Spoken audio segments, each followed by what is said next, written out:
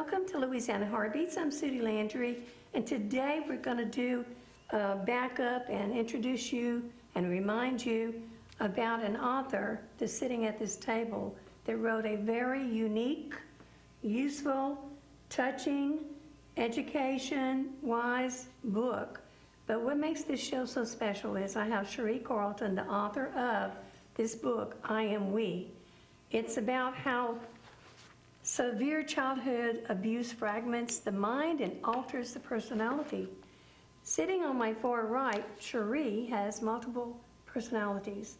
We know it as that, where there's another word that's much more extensive, which she will tell us about in a minute.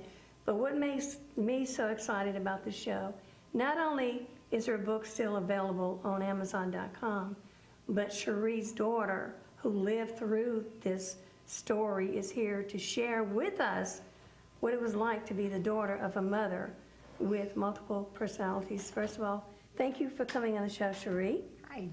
And Laura Hill, thank you so much for coming on the show. You have no idea how I am going to be so proud to be able to plug this show, and in the future, hopefully, you'll be at some of those book signings that we're going to really try to do. And I'm really believing, Cheri, we talked about this a long time ago, that this book really belongs in the doctor's offices. And so I am definitely going to be a part of that. From the beginning, I said to the end, it's going to happen. It's going to happen. But meanwhile, up on the screen is a picture of her book, I Am We. And the title is because she had so many personalities that was within her that came to her rescue for different occasions. And now I'm going to turn over to Cheri to tell us just briefly what the book is about, because today it's not about just a book. It's about the daughter who is here, who her relationship with her mother obviously has grown and not deteriorated, but I'm pretty sure there were some rocky spots. So Cheri, very briefly, what were the two questions? Why did you write this book? I wrote the book to answer two questions. And the first question is, what does it take? What do you have to do to a child to make them in their mind say, I am not here. This is happening to somebody else. Okay. And make them go away. Now, I understand just briefly a little bit of abuse in my childhood, and I escaped really by writing and hiding what I wrote. So I didn't have, such a severe encounter of change of personalities. But Acadiana, after Cheri shared with me that she wanted to write this book, I was so excited, but I had no idea how much it was going to affect me, because what she wrote about made me see inside of why one of my sisters out of 6 of us was different.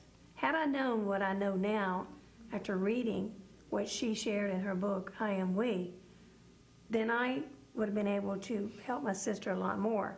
So I'm all for, survival. But then we've got a miracle sitting here with us. So with that said, Cheri had a very rough time in her early years, and here's Laura. And Laura, at this time, it's up to you. Share with us what it was like to go through some of the things that you noticed that your mother was different. At about what age did you kind of figure out something was a little different? The first time I noticed it was Consciously noticed. that I remember was I 6 or 7? It was right around, I think it was between first and second grade. One night we were eating dinner. It was a normal night.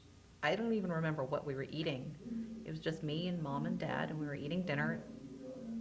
And Mom she reached for her water glass, and instead of one hand, like an adult does, she used 2 hands, like she was holding something that was way bigger than you should be able to hold. And she was drinking with both hands, and then when she picked up her fork, she picked it up like this instead of the way you normally hold a utensil. And I was confused. A little bit. was mom playing a game that I didn't know about? I don't remember what happened the rest of that night. That's really all that I remember. But I remember fairly shortly afterward, Mommy went away to a hospital for, again, I don't remember how long. I remember it being long enough that it was kind of traumatic for me, that Mom was just gone. And who told you that she was gone? I don't actually Remember. remember. Probably my dad, Yeah, but I don't remember. the shock, I know, yeah. I remember Mommy acting funny at dinner, and then visiting hours at the mental hospital. And I remember the lobby in that place, and I hated it. The hospital, they did good work. I mean, they helped Mom understand what was going on and start to adjust to reality as it was Right. now. But for a 6, 7, 8-year-old kid, any hospital is Yes, right. not a nice place. But the mental hospital, it was, You knew something was uncomfortable about being there? no one was right there. Everyone was off a little bit. And it, Yeah, I mean, it's a mental hospital. Of course, Right, everyone's going right. to be off a little bit. right. And it was either the illness or medication, also just boredom. It felt boring there. There were no books that I remember. The lobby was very sterile, and it was boring. And everyone smoked, which smelled terrible. Yeah, But that's a habit I never picked up, and I think from an early age it impacted me very badly. Hey, that's a good thing. It's a good thing that I didn't pick it up. But Oh, I'm very grateful that you okay. didn't. So Laura, at the- 6 years old, okay, you're now going with your mom or going to visit her. going to visit her, was it just on the weekends, or was it? No, were it there was during the visiting hours week. during the week? I don't remember. I just remember, Laura, let's go visit Mom, and we ride over to Slidell. You know, I and- don't remember What- either. Yeah, Was there any other brothers or sisters with you? I mean, I'm not sure about only how many. child. You're the only child, Only okay. child, just me. Okay, Laura, so okay, around this age, here you are, it's traumatic, okay? And of course, you know, you love your mommy. And so, did you have any special ways to try to help her stay at home? Um, Did you realize that she might need help?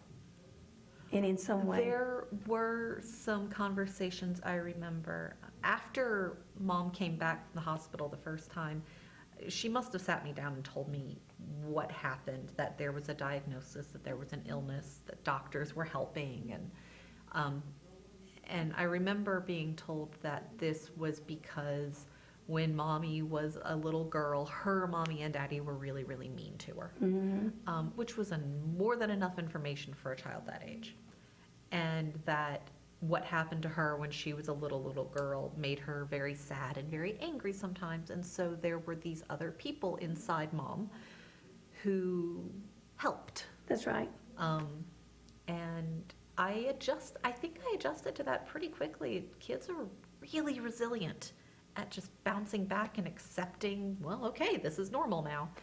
And I remember being reprimanded for trying to take care of Mom because she's the grown-up and she's the mother, and it's her job to take care of me and not the other way around. Was that one of the personalities that made you realize this, or somebody else? I'm not actually sure. It was one of the grown-ups, at least. They all mothered me. I'm the daughter of everybody. Okay. She's Cherie's daughter, Yeah, but I we all accept it. Okay, now, when like you're the All talking, the adults. Laura, when you, Sherry, you and Laura are talking about we accepted it, you're talking about the personalities? yes, all of them. All the All of personalities them. inside of your mother, Cherie, were helping each other and helping you Yeah. also. It's like Okay. I'm the body's daughter, and they all share the body. I and didn't so understand there's- really any of that until I read your mom's book. Yeah, there's. It's amazing, I'm it serious, is- it really is. Every person I've met with DID, they all think of the mind differently. For one person I know, when they're not in control of the body, everyone just kind of goes to sleep, and they're all just, they have no real memory unless they're actively driving the car, so to speak. Right. But another girl I know who, her diagnosis is relatively recent, but she's been hiding it for a very long time. They all live in a big house, and they all have their own room, and they all have their own entertainment systems, and they go outside the front door and go play in the yard. And by play in the yard, I mean take over control of the body. Right. Which is fairly similar to your interior landscape, mental landscape. Ours is we have the mansion, the house, Yeah. but we have the pool and the stables and all that, and the way we exit out is through the doorway. The front door. Yeah. Okay, because I've read the book, Acadiana, I can understand everything that they're saying, but just in case you're wondering, Yeah. how can this be? Well, each of the personalities would take over whatever the situation was. For example, I'm going to ask Laura. Laura, you got to play with the youngest one quite a bit? I did. I'm an only child, and we lived at the dead end of a long, fairly lonely street, so there weren't many kids that I had access to Right. play with other than like at church and at school. So I got pretty good at playing by myself, but when I figured out that there were kids my age in mom's body that wanted to play too, that was amazing. Yeah. That was the best thing ever because I had playmates. I mean, one, I got to play with mommy, and I got to play with kids my age. It was the best, weirdest, most immersive game of pretend ever. And I got in trouble a few times initially because I would ask for one of the little ones, one of the children. There were so many of them, I can't remember most of their names anymore, which is sad. But I would ask for them by name and we'd go play. And I wouldn't realize that mom had been cooking dinner and then it would burn. Uh-oh. And we had to deal with that afterward. And we didn't have a huge amount of money, so you couldn't just throw it away and start again. So we had to salvage what we could out of the burn. I learned how to cook at a very early age. I think possibly partially in response to that. So I did get fussed at a few times. Okay, that was your special world with your mother's altars and your playmates that you were excited to be with. That was one of the personalities. But also, too, I understood through the book there was also a protector. And if that personality did not like what was going on, kind of took over. So I'm assuming that protector had a lot to do with keeping you out of trouble sometimes, huh? Somewhat. I don't think I got into a whole lot of trouble. I was a pretty good kid, all told, especially given that I'm my father's daughter. I got into not nearly as much trouble as he did. He was... What about the real world, the reality? That's a real world, but what about outside of This- mommy and the this world? playmates and everything, like school? Did you ever have a good friend that you I had really a share few with friends. I had a few close friends all through up into high school that a few of them, a handful, were close enough and spent enough time that they felt comfortable enough with.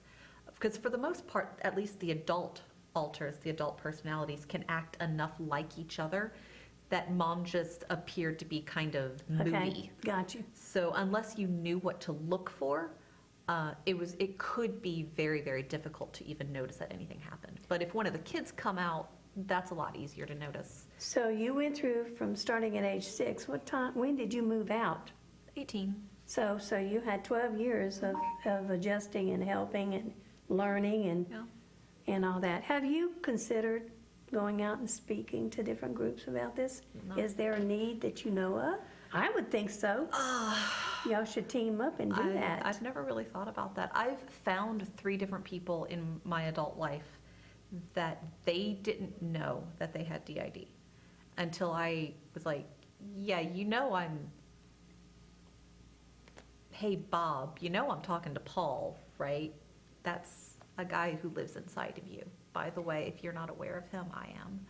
so we need to find you a therapist. Well, and then find a good one.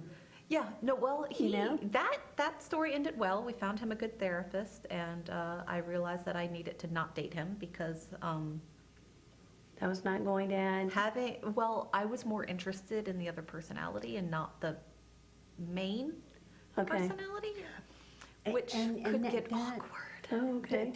That is a topic that I didn't even touch on in the book, as far as relationships. Right. I'm sure there was a lot more to the book. Yeah, because Cheri was married to Joe, but the others weren't. Yeah. Yeah. And they felt no sense of loyalty to Joe. I mean, none of them went out and fooled around. Yeah.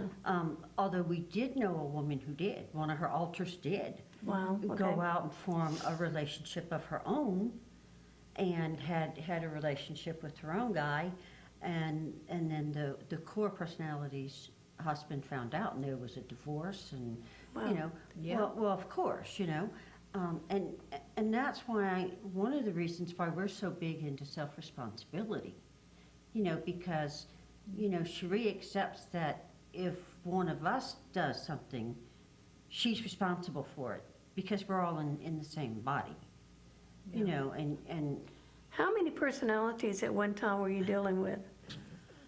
I mean, I know there was. Awake all at once? Yeah, well, altogether, whether they were all at once or not. I had 12 on the brain. I don't know why. at one time we dealt with 50 or 60 Oh, my that were active at goodness. one time. Right now, that's slowed down. Yes. Quite a bit. A lot, a lot. Many of those, Good. Yeah. well, all of them are integrated. Okay. But we actually had to make, Cheri had to make the trees, you know, so that she could keep up with. Yeah. Okay, I want to Who add was something who too. and who. Okay, the Acadian. Okay, listen, Acadiana. This is not a make-believe story. No. This is actually true and happening.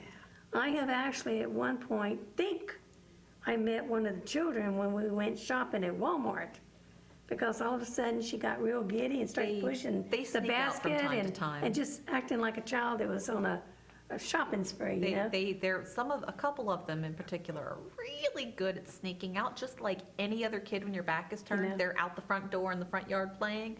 It's basically Well, I the same had been thing. with Cheri enough to know a little bit, and that day, I never told you about it until right now, and that day I'm like, Sounds right. I bet you that's one of those little kids that just got out. They were ready. He said sometimes you would go grocery shopping and you would have stuff in your basket that you didn't want there, and you figured it was Yep. one of the kids were waiting and whatever. Yep. But this is really real, and I'm just going to briefly say that because of the book, I have a sister. I will be going to visit her in July, and that will be my conversation, and this book will be going with me. Okay? And I don't want to leave it, but I think it's important enough for her to read it, so if I got to, I will. Oh, no. We'll give You you know, another copy. So, but I'm going to be going in July, and I do have, you know, the other one before it was revised. And talking about revised, which this one is, okay, but my sister, to clear that, what I wanted to say, is that she had 3 personalities. And everybody always said, oh, she's crazy, I don't know what's wrong with her, she's weird, she's crazy, blah, blah.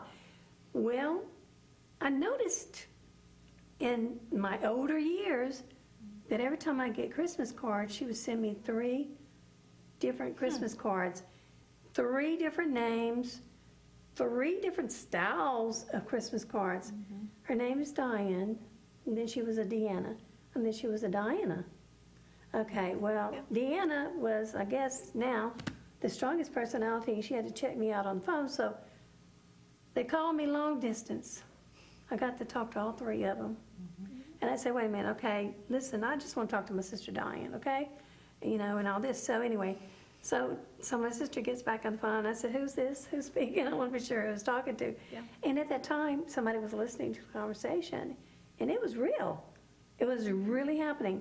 But anyway, and I did see her a little bit later, but we weren't able to talk. I don't know how your sister feels about it, but for us, She never talked about it. it frustrates us when somebody asks who is Speaking. there. She was a little bit mad. Okay, yeah. She was mad. I didn't understand why, but she was very mad at me for asking. That's very can you not frustrating. know? Well, then I'd say, can I speak to Diane, please? You know what I'm saying? Now, that's So I different. turned around after I realized that they, That's you know. different. But I do know that this is so real, and this is not your normal multiple personalities. Cheri has so many gifts, and she's so talented in her writing, her poetry. She loves helping the community by sharing what's going on in the community. She has hosted Louisiana Heartbeat several times, and she's had great things to talk about. And this book, pretty well, she did it all by herself. She had a learning process and whatever, but originally this book was a lot thinner. Well, I told her when I read the book, wow, Cheri, this book is not finished. And I had no idea. There were so many things that I would have wanted to ask her, but she's the author.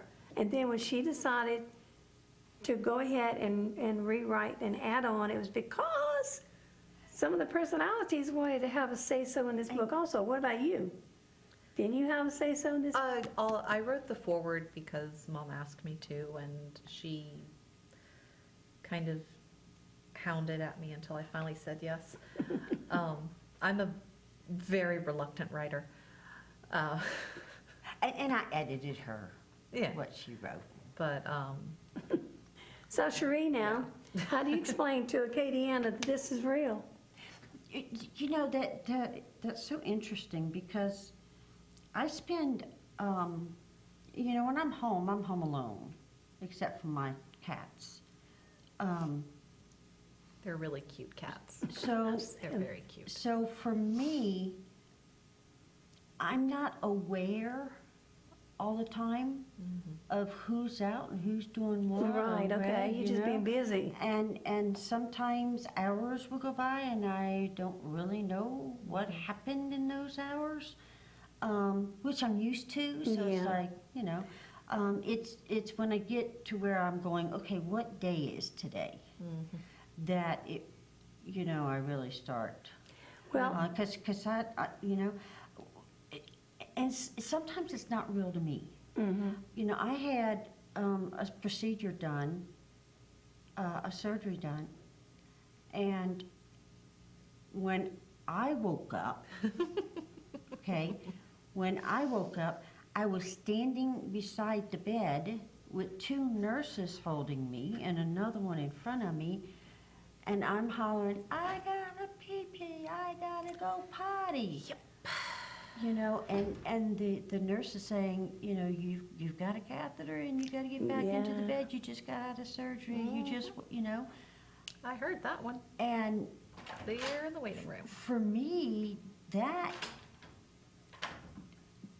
was like a slap in the face that this is even to me, that this is real. You know, You know, that Cheri, this- before I met you, got to know you, I was checking you out because we were on another show together, and I'm like, you're so intelligent sounding and everything, and all this time she tells me later, she was checking me out. And we're in church. I'm watching the camera, but yet I'm watching her to see what her response is. She's watching me and watching her. But I was amazed from the first time I met you that you were so organized. What little information I had was sometimes you would doze off and go to sleep, your close friends. But then when you would do that, they would just kind of hold you up until you woke up again. Yeah. And I was wondering if you were trying to go to sleep on the show. But anyway, that's I'm so glad we've had the relationship where you allowed me to get to know you better. And Laura, I'm seriously, this is amazing, both of y'all. There has a season that's come, Louisiana Heartbeats. This is special to me that these two are on the show today because this is going to be one of my last shows that I do as a host and producer of Louisiana Heartbeats. And so that's why I'm so happy to come and be able to announce that, Cheri, this is like a full circle from the beginning to the end.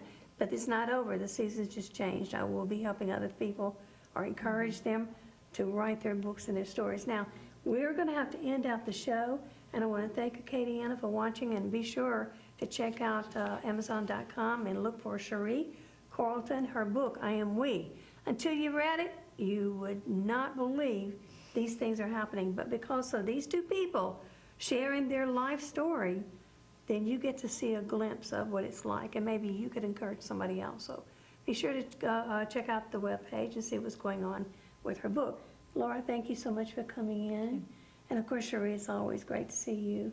And as the rolling credits are going down, I want to thank the viewing audience for all these years, 9 plus 10 years, that I've been able to share stories like yours. So as we are seeing the end of the show, is there anything you'd like to say, Laura? If someone is acting strangely, be compassionate. There might be a lot more going on than you initially think there is. A good example, don't judge the book by its cover. There's a whole lot more to that story. Thank you so much, Anna AOC, for allowing us to do this show today.